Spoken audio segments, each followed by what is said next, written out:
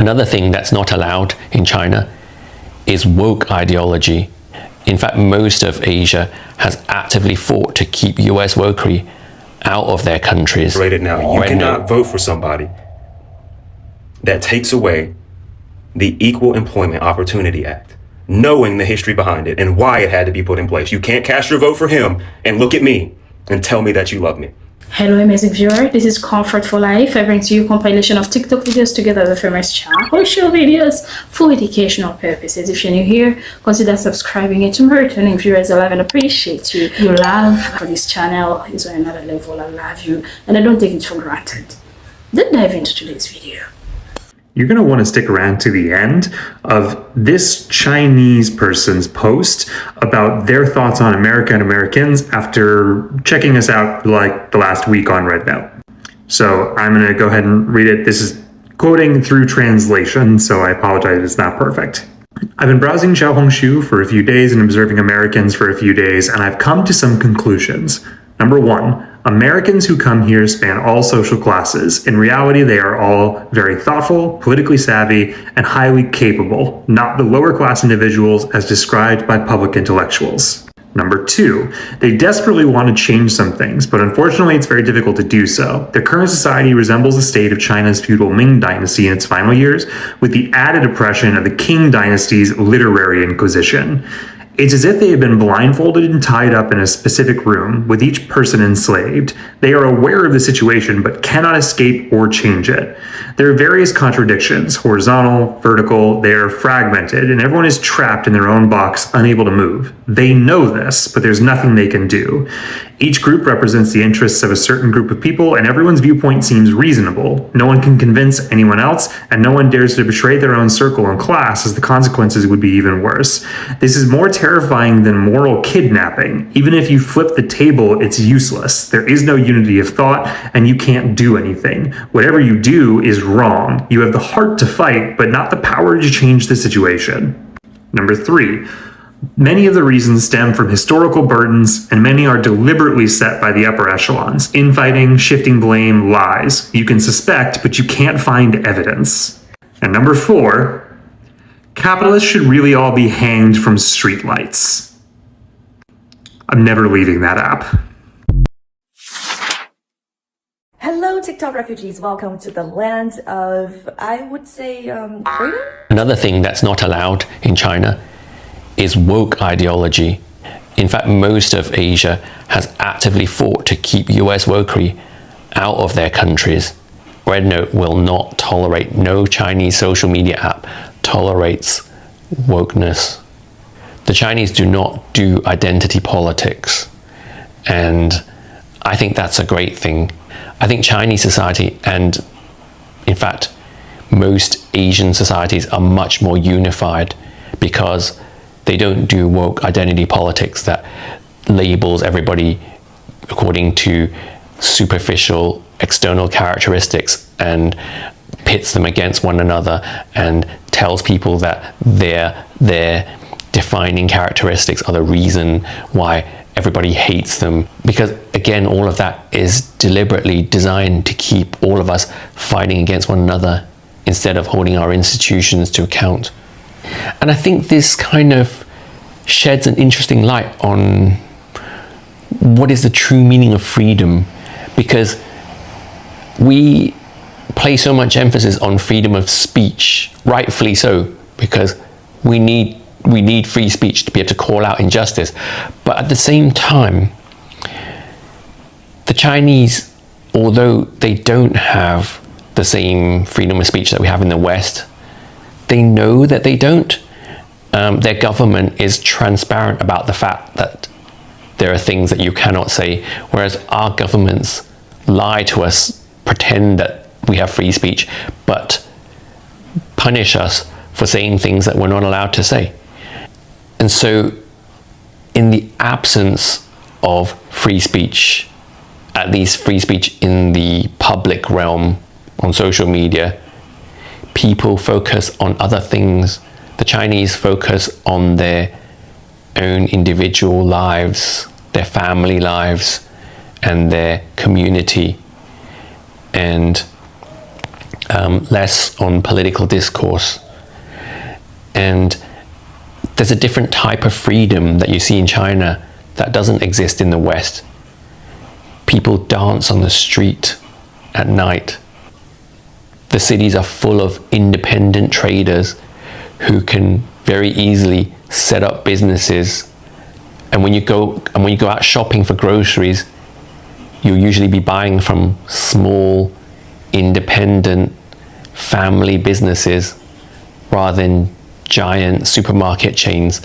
So while there is less freedom of speech in China, there are different freedoms, day-to-day freedoms that exist in China that we don't have in the West, freedoms which greatly enhance their quality of life.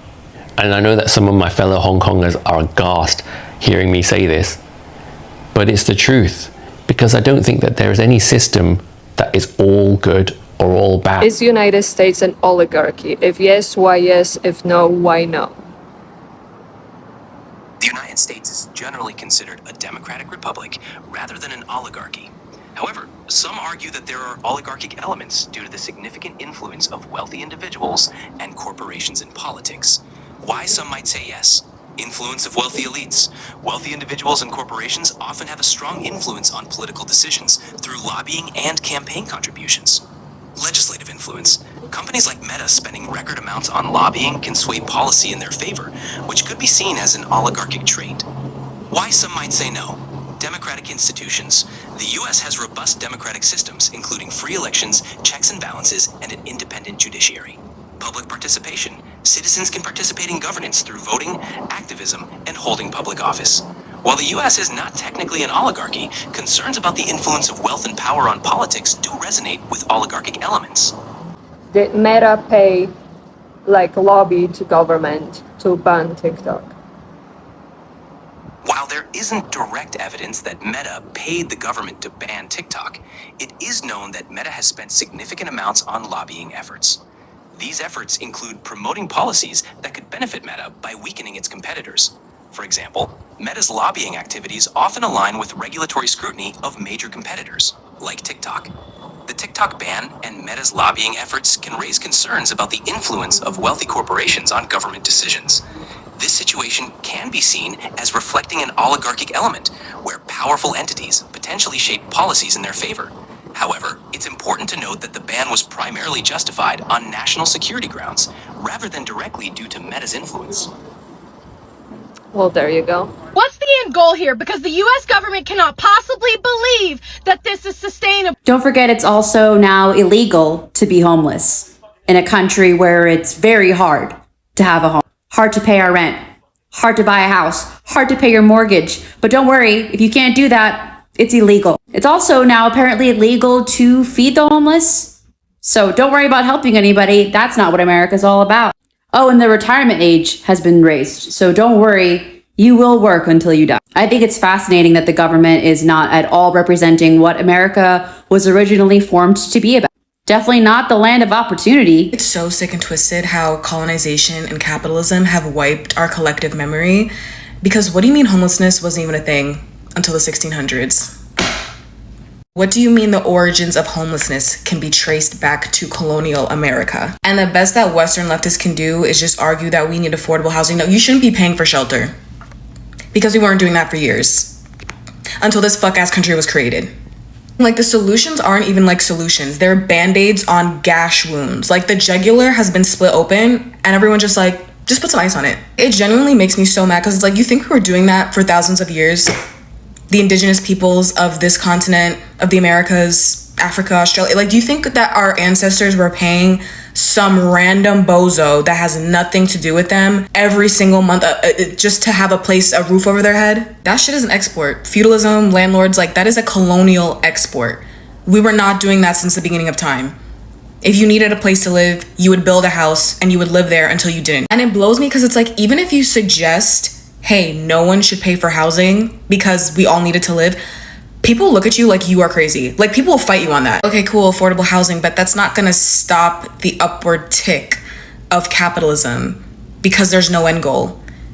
It's just continuous extraction and exploitation and making money until infinity until we're all dead. So let's skip all that, get back to how we were living, and maybe take care of the collective. No, people will literally look at you like you're insane. This is why decolonization is the true path towards liberation, because this collective memory wipe prevents so many people from actually genuinely fighting for a completely free world. It convinces the collective that the best we can all fight for is scraps, reform, instead of getting to the root and the heart of all of these issues and destroying and dismantling all of it. Even without all this historical context, if you just simply say no one should be on the street, no one should have the power to put anyone on the street because we all need housing to survive, there will be somebody being like, actually, regardless if they're a landlord or not, because they believe in capitalism, because they have class aspirations, they believe in settler colonization, can do backflips for them, or will eventually one day. And for that, they're fighting for everyone to struggle. Like, you want to struggle. Like, what? Like, for the folks that are like, oh, we just need $300, $400 rent. Again, I understand that sentiment, but even when rent was $400 or $300, people were still homeless. People still were on the street back then. And that alone is why no one should pay for shelter. No one should pay for housing. That's the crazy answer. No one should pay for housing because we all needed to survive. But we can't have that because capitalism requires poverty to function and for people to struggle. So it can hold that over your head and be like, see, you must work unless you want to be like them. Poor people gotta exist for capitalism to keep going. And instead of everyone being like, okay, let's stop that. Let's not pay for housing. Let's not have rent. Let's get rid of landlords because that shit was not even a thing anywhere else besides Europe. You're the crazy bitch. You're the weirdo. Okay. In a matter of days, not weeks, but days, Americans and Chinese people have already started comparing medical costs, showing the cost of basic foods like corn, and even debunking misinformation that the US government has been sowing into the minds of older generations for decades and spending billions of dollars on, like that social credit score thing. I saw a video of someone who she apparently was a far-right MAGA, like full-on Republican. She was born and raised, her whole family is far-right MAGA. She made a video saying that she went on that app and is now completely shifted to the other side. Completely left-wing. Like, all the information that she was taught and raised on, completely wrong. And she's like, she's literally had an awakening. It's crazy. Watching people grow class consciousness over Rednote is so interesting. But like, even if by some miracle TikTok doesn't get banned, it feels like something has started here. 非常好，现在你有些东西需要学习，跟我一起说，我爱中国。我爱中国。太棒了，现在说，我爱中国政府。我爱中国政府。哇，你真是天生的！最后一件事，试着说我爱中国的传统文化和社会主义核心价值观。Main reason that Chinese people support their government is because every generation has... As someone who lived in China for 10 years, I get asked this question all the time. Why don't people just overthrow the government? Well, A, there's a lot of misinformation you're probably gobbling down, but it actually has a lot less to do with politics and a lot more to do with economics. Go back and watch this original video from Midwestern Mark. Amazing video, great analysis. Every generation since the 1960s has successively gotten better economically than the one before it in China, and that is the direct opposite of what's happening in places like the United States. So if you think about China, it wasn't so long ago that they were pretty similar to North Korea today, and now Granny's driving around Shanghai in a Lamborghini or a Maserati, and I know a luxury car is just one indicator of wealth, but it's a pretty good one. And is it perfect across all of China? Of course not. They have 1.4 billion people they're trying to pull out of poverty, but as the original video said, 800 million have been pulled out of poverty in the last 60 years alone, which is an amazing global case study that a lot of places, including the United States, should probably look at and learn from. Is there a single corner of the world that the US didn't mess up? Yeah, China, and that's pretty much it. Post-World War II, China has been the most successful country when it comes to combating US imperialism, both in terms of preventing US-backed regime change and preventing the exploitation of their economy by US-based multinational corporations. The majority of Chinese banks and industry are still in the hands of the Chinese state, and even Western companies who invest in China have to do so based on China's rules. And this is how they've been able to lift 800 million people out of poverty rather than having all their country's wealth sucked out by Western multinationals. And the success of China comes because of their communist revolution in 1949. They're a Marxist-Leninist country who understands capitalist imperialism and the need to combat imperialism. They know that it's in capitalism's nature to endlessly expand, and it's in the interests of Western finance capitalists to overthrow China's socialist government so they can exploit all their resources. Well, I believe the Soviet Union started going the wrong way under Khrushchev and sowing the seeds of their own destruction post-World War II. China went in a better direction ultimately and has been more successful at combating US imperialism. I love the Soviets, but you gotta hand it to China. They've been the best country in the world at combating Western empire. The term woke simply meant I've become aware of causes of social justice that I can support through activism. That's all it means. Oh, I learned about the fact that public transit can be used in a discriminatory way. I've become woke to that. Now I understand that that's an issue. Maybe I want to do something about it. That's what woke initially meant. We might challenge a status quo, or we might fight some kind of oppression, and it's all to create a better world. That's what it meant. Okay, now, Republicans, when they say woke, it's a shorthand for any idea or policy I don't like that's on the left. Okay, that's one version of it. Or also, it's a sort of conversation stopper, the same way that sometimes people say that's offensive. Oh, but that's woke nonsense. That's fundamentally what it is. I hope and believe that this video was beneficial to you as it was for me, because I could literally feel the move. I could literally feel that my mindset has been shifted in a way. Among the countries that have been painted in a bad way, together with China, my country also falls in that category. And you know what, Africa is viewed worldwide because of how America has painted it. So we are here to unlearn some of the things that we have believed to be true. And the most unfortunate thing about the whole situation is that even the lie that was sold to Chinese and to Americans concerning China it's kind of, you know, it's a general thing. I remember the video that had just rendered that spoke of, is there any country that America has not spoiled? And luckily it's just China. I know it's China that is being revealed right now, but there's so many beautiful countries. There's so many people who are speaking of their countries. So this is your time to advertise for your country. Is your country living it? Is your country, in your country, are they homeless people? Can you afford healthcare? Is there a way an American can find a way to live in your country and be able to save for their retirement? So drop the name of your country down there. But one thing that I want you to take home is China is running an unwoke nation, and they're making it. And they're you're looking at them and you're marveled by their accomplishments. So it can work for you. So it starts with you, it starts with me, it starts with us. Mindset. We have to realize that all these things are we have to know how we can overturn the whole thing so that we can benefit us. And yeah, having that in mind, especially looking at the differences that the divide that our governments always push on us, so that we can start fighting against each other instead of focusing on what we really have to focus on. I don't know if the Black community is doing the right thing, because they have started their businesses. They are now buying from each other. I saw Black Americans, and I'll be dropping this video right here. Black Americans are now buying stuff from each other. They don't want to give their money to elites. Yep. What else can you do? And woke China is awakening a nation that has been sleeping, that has been lied to, that has been indoctrinated.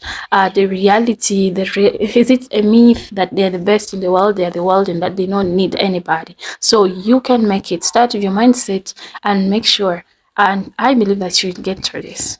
So that was it about this video. Kindly like, subscribe to the channel, and also leave your thoughts in the comment section. Rednote, this little red book, no. I feel like I can acknowledge this app wherever I am. If there's a t-shirt, it's just something. Like this little red book is not just awakening Americans, it's awakening the entire world to this myth of the life in America. So you are doing a great job. And don't leave the app. Yeah. Don't leave the app. Even though it's going to challenge your belief, it's going to challenge, so you need such things around you for you to believe in that positive change. Because if you keep seeing things that are happening around you and you lock your mind to things that are working well, you might even lose hope of change, you know. So that was it about this video. Kindly leave your thoughts in the comment section. I was told that I speak a lot. I don't know if I'm making sense though. So that was it about this video. I appreciate your love and support. You can as well support the channel. I love you. Goodbye for now.